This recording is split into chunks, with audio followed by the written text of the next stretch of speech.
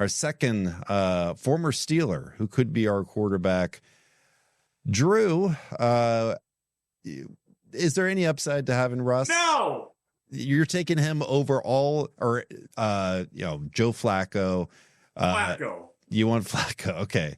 Kirk Cousins. Yeah. If the Browns go into this season with Russell Wilson and Kenny Pickett as the quarterback 1A and 1B on the roster, that might be enough for me to finally be able to quit this franchise, guys. If it's Russell Wilson and Kenny Pickett, these are the two reasons that I have been able, rightfully so, to make fun of what I lovingly call the last place Pittsburgh Steelers because of their quarterback situation. And if the Cleveland Browns enter the 2025 season with Russell Wilson and Kenny Pickett, there's nowhere to go from there. It is nothing but pain. Their one is a has been, the other is a never was. These guys are so bad, and the Steelers fans just constantly overrated these two nothings. In Russell Wilson's case, it was only for a year. In Kenny Pickett's case, it was 2 years, and we relentlessly mocked them, rightfully so.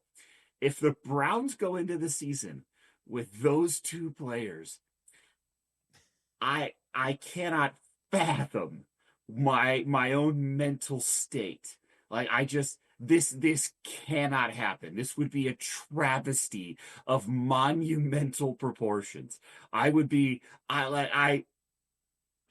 at a loss for words, Ryan. My entire brand is at stake here. They cannot do this. Not to me, not to us. If it's Russell Wilson, Kenny Pickett, and Deshaun Watson in the quarterback room, which one of those three do I hate the most? Oh my goodness gracious. I think I'd have to root for Kenny Pickett in that case.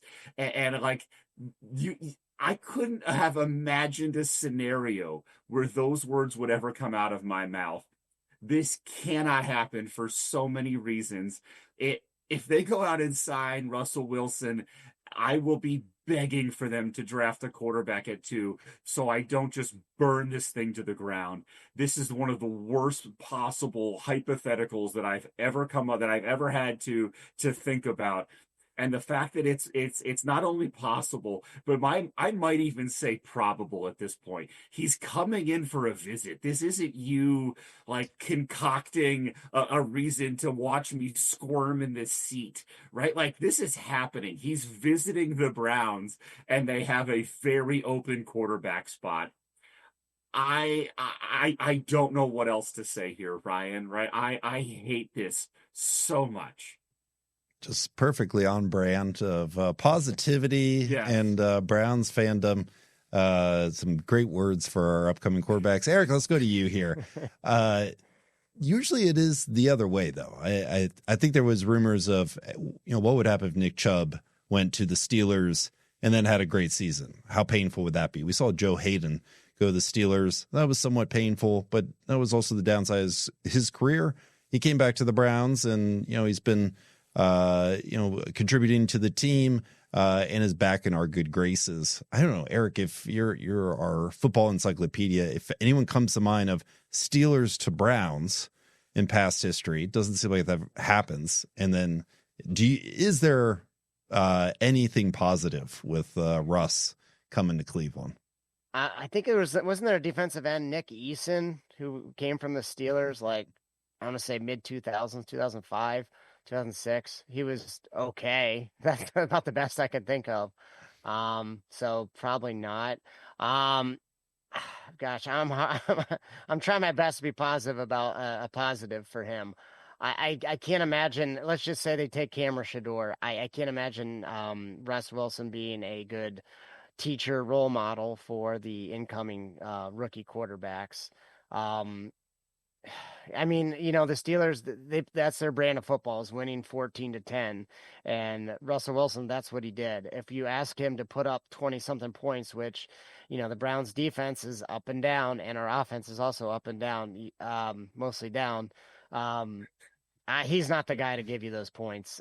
He was really him and Pickens was the go route, and we can't be running these one routes for the team.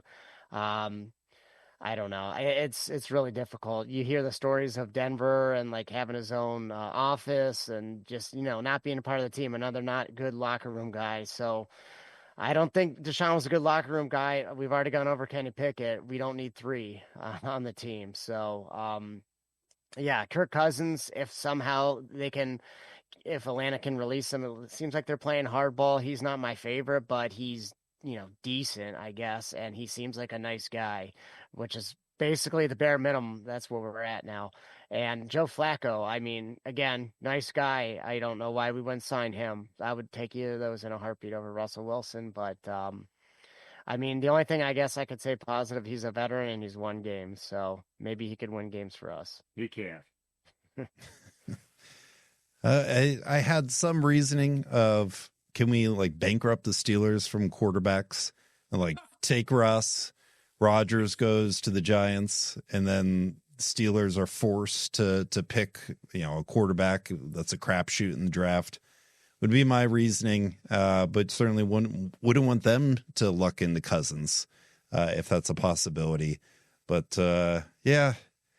You guys might have convinced me. Hopefully Kirk Cousins is in our future. We're hopefully halfway through free agency.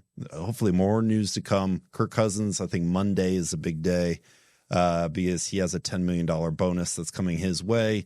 Will the Falcons release him? Is it a no-brainer for him to come to Cleveland, connect with Kevin Stefanski, and take this Browns offense to the Super Bowl? We will see.